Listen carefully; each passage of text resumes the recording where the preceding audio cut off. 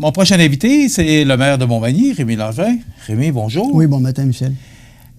Habituellement, on reçoit le maire le jeudi, aux 2 semaines, là, pour parler des différents dossiers de la ville de Montmagny. Mais là, c'est un peu exceptionnel. On a invité le maire à venir nous donner quelques explications par rapport à... bon, on le sait, vous en avez parlé, monsieur le maire, récemment. Vous avez un projet, c'est le Centre d'immigration. Oui. Un projet qui, vous l'avez dit, qui serait présenté devant la population. Mais là, récemment, vous avez autorisé, avec le conseil municipal, une résolution pour aller de l'avant avec des architectes, une firme d'architectes qui a été embauchée au montant de 120 000 $ pour faire la faisabilité, l'étude de faisabilité du projet. Exactement, oui. On le sait, le conseiller Yves Gendreau a voté contre cette résolution-là pour toutes sortes de raisons qu'il nous a expliquées et qu'on pourra entendre parce qu'il y aura l'occasion de présenter, lui, sa version des faits. Maintenant, moi, je veux qu'on remette en contexte ce projet-là.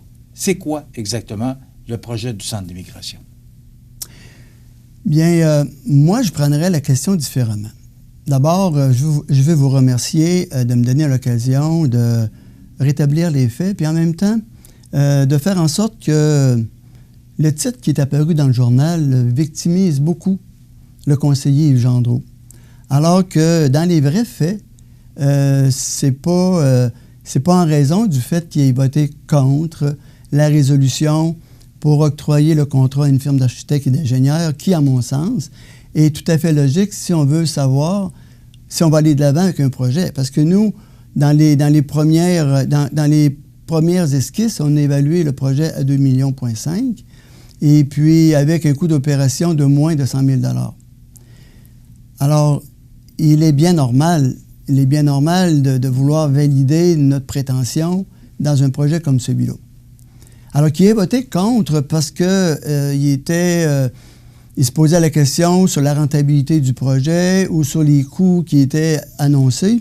C'est son droit. Alors, vous savez, moi, quand je me suis présenté en politique municipale, j'avais pris un engagement de démocratiser la politique municipale en permettant aux conseillers et à la conseillère d'être présents dans les médias pour faire connaître leur travail, faire connaître leurs implications, les résultats du travail qu'ils font, et puis parler à la population.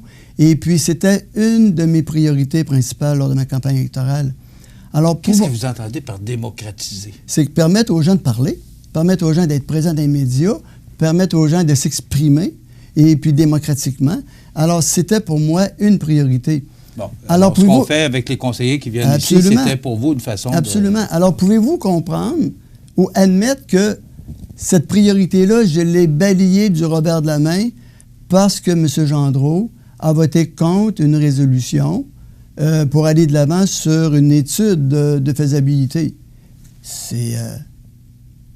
Ça sort de l'entendement, là. Écoutez, je peux pas discréditer mon bilan politique parce qu'il y a un conseiller qui est contre un projet. Ça se fait à la journée longue, ça, autour de la table. Le conseil municipal, c'est 6 conseillers, 5 conseillers, une conseillère, un maire, qui discutent de projets. Et puis, les projets, ils ne sont pas tous unanimes. Les projets, ils ne sont pas tous votés à l'unanimité. Souvent, il y a des projets où il y a une discordance d'opinion. Et puis, bon, il y en a 2 qui sont pour, 4 qui sont contre, alors ça passe pas. Et si c'est l'inverse, bien, on va de l'avant. Alors, généralement, les membres du conseil se rallient à la majorité. C'est un peu comme si un Parlement était élu démocratiquement et que les projets de loi sont passés, mais parce que l'opposition n'est pas assez forte pour faire renverser la décision, ils sortaient à l'extérieur du Parlement pour renverser le gouvernement. Ça ne marche pas de même. On doit être solidaire d'une décision et on doit surtout respecter le code d'éthique du conseiller qui est de garder la confidentialité des décisions au sein du conseil municipal.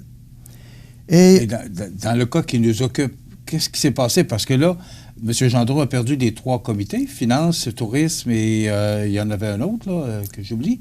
Les ressources humaines. Ressources humaines. Alors, maintenant, qu'est-ce qui s'est passé pour que vous enleviez les comités à M. Gendreau? Bien, en fait, c'est pas la première fois que j'ai à rencontrer M. Gendreau sur le respect du code d'éthique du conseiller municipal au sein du comité dans lequel il est engagé. Et puis, j'avais déjà eu des discussions avec lui à l'effet que ce qui se discute en conseil municipal, c'est confidentiel. Et c'est la majorité des membres du conseil qui décident des orientations qu'un conseil prend dans l'adjudication de certains contrats ou dans l'adoption d'un budget. Parce que même dans un budget, des fois, on n'est pas tous d'accord sur les orientations, mais on se rallie. Hein? C'est le principe même de la démocratie, c'est qu'on doit se rallier aux décisions de la majorité. Sinon, on fait partie de l'opposition. Puis lorsqu'on fait partie de l'opposition, bien, il y a de l'information privilégiée qui, normalement, ne t'est pas accordée parce que si tu te sers de ces informations-là au détriment du travail qui est fait au niveau de la majorité des membres du conseil, bien, il y a une question de loyauté aussi. Alors, il faut être loyal envers les membres du conseil. Et puis, ça là-dessus, bien, moi, je suis très, très, très sévère. C'est que nous avons une crédibilité comme membre du conseil, comme conseil municipal, à faire respecter. Et on a une population à qui on a des redevances. Et puis, il faut que la population ait confiance à leur conseil municipal. Il faut que la population qui vient nous rencontrer pour faire des investissements ait confiance à ce qui se discute au sein du conseil parce que c'est confidentiel, ce qui est discuté. Un conseil municipal parle de 2 façons, par résolution et par règlement. C'est la seule façon qu'un conseil parle. Il n'y a personne d'autre qui est autorisé, en dehors de ce qui est rendu public, d'aller parler sur la place publique de ce qui est discuté au sein du conseil municipal. Est-ce que vous dites que c'est ce que M. Gendreau aurait fait? Ça, vous lui demanderez. OK. Mais vous parlez de démocratisation tantôt. Oui. On ne peut pas toujours être d'accord avec tout ce qui se prend comme... c'est normal. Écoutez, la quantité de projets et de sollicitations que vous avez de toutes parts et de décisions que vous avez à prendre, parce que vous avez des décisions quand même importantes. Dites-moi, je veux bien comprendre comment ça marche l'appareil municipal, mais un conseiller ne peut pas toujours être d'accord, selon moi. Puis c'est normal. Parce que ça se peut pas. Puis c'est normal. Alors, je le souhaite que ça se fait comme ça. Alors, M. Gendreau n'est pas d'accord, et là, il perd ses comités. C'est ce qu'on veut comprendre. Pourquoi ça s'est passé comme ça? Et là, alors, c'est facile de faire une relation de cause à effet. Et c'est là que moi, je dis que l'article dans le journal vient victimiser un conseiller alors que le fondement même de cette décision... Vous parlez de dégommer, là? Oui, parce que le fondement même de cette décision-là appartient à l'ensemble des membres du conseil. Mais est-ce que vous parlez du titre concernant... parce qu'on dit dégommer, là, M. Gendreau est dégommé. Est-ce que c'est à ça que vous faites référence? Non, parce que... Ou à l'article de M. Maltais? Non, en fait, en fait, c'est sur la décision. Quand on fait une corrélation entre une cause et un effet, c'est bien trop simpliste, là. Et je l'avais averti, M. Maltais, c'est trop simpliste de faire cette déduction-là. Il est contre une résolution, on lui enlève certains dossiers. Ça n'a aucun rapport.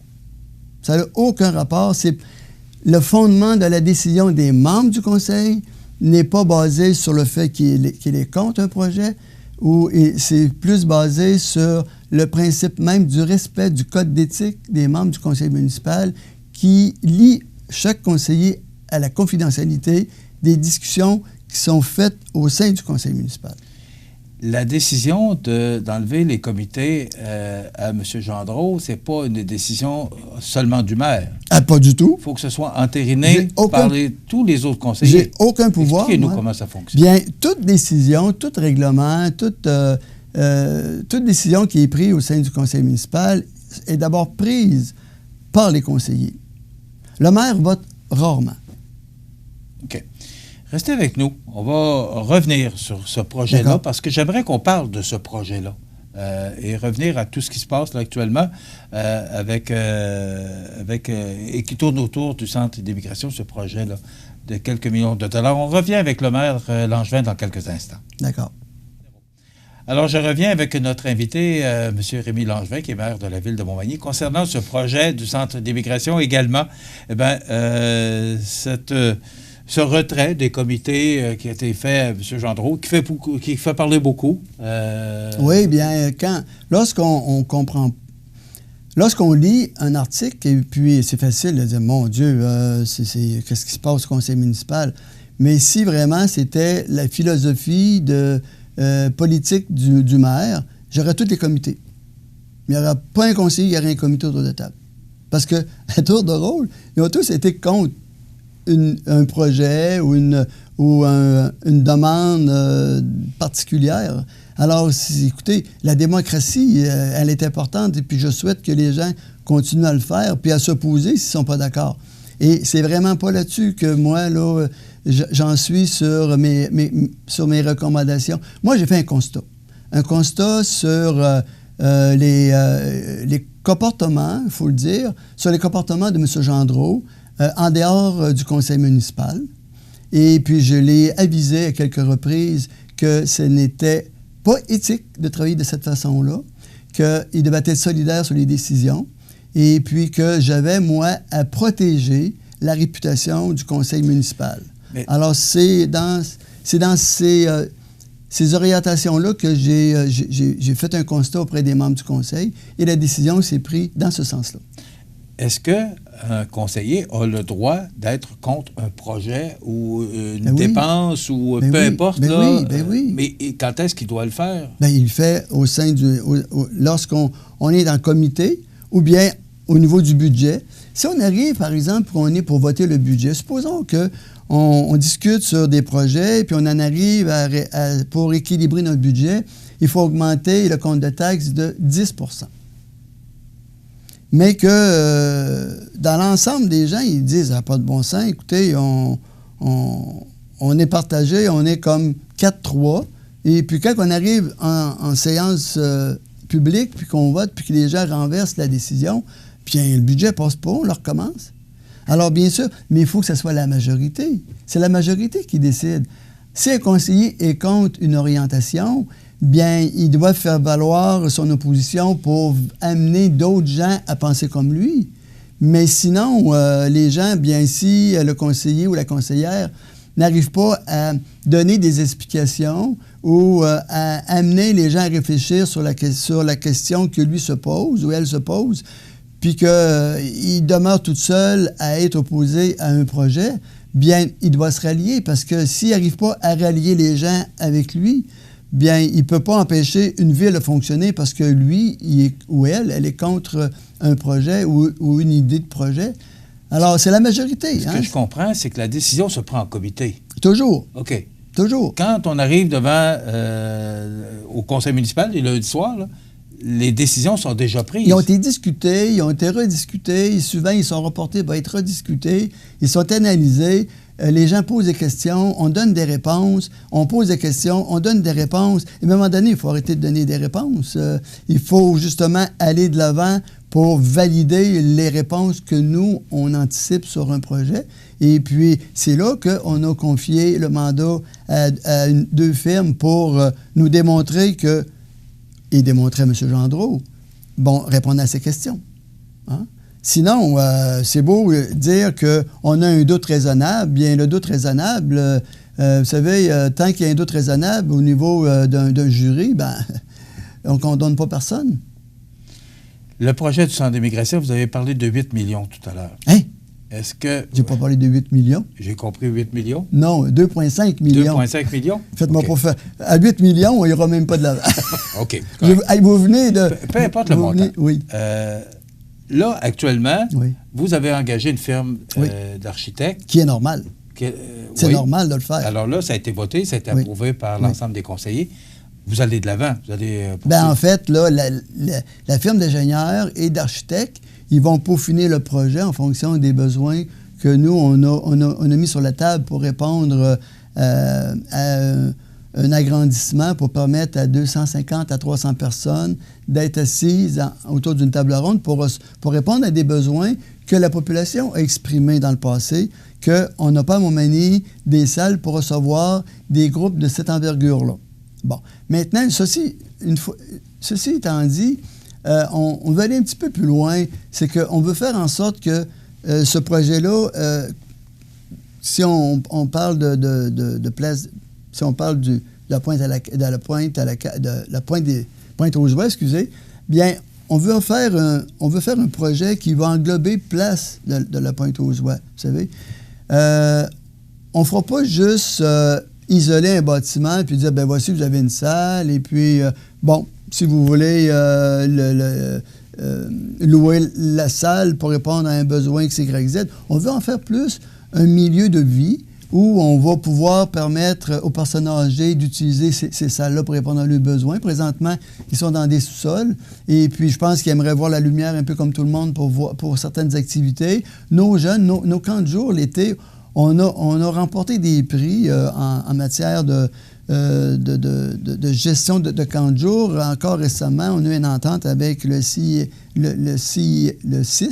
pour mieux former nos jeunes, nos moniteurs, pour répondre à des besoins d'enfants qui ont des besoins particuliers, qui ont une déficience intellectuelle. Donc, on répond à un besoin de la population, et les aménagements qu'on prévoit dans le réaménagement du centre d'immigration, et pour répondre également aux besoins de ces jeunes-là.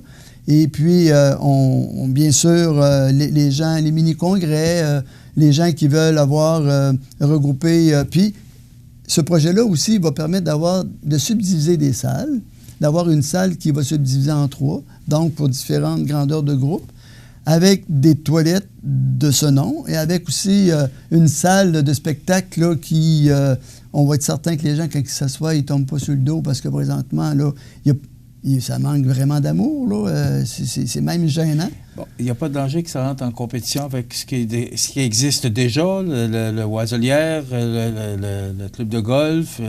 Non, au contraire, parce que, vous savez, quand on parle de 300 places assises en table ronde, il n'y en a pas un. Par contre, nous, on dit aux gens d'affaires, écoutez, d'ailleurs, ils ont été rencontrés, nous, on n'opère pas. On veut pas opérer cet endroit-là comme tel. C'est qu'on va le rendre disponible. C'est sûr qu'il va y avoir des coûts. Mettons aussi, au niveau de l'Oiselière, nous, on reçoit un mini-congrès. Bien, on va faire affaire avec l'Oiselière pour le coucher, et le motel sympathique et le motel centre-ville pour des couchers. Et on va faire affaire avec des sous-traitants pour les repas. On ne fera pas de repas là, nous. Alors, tout va être donné à concession.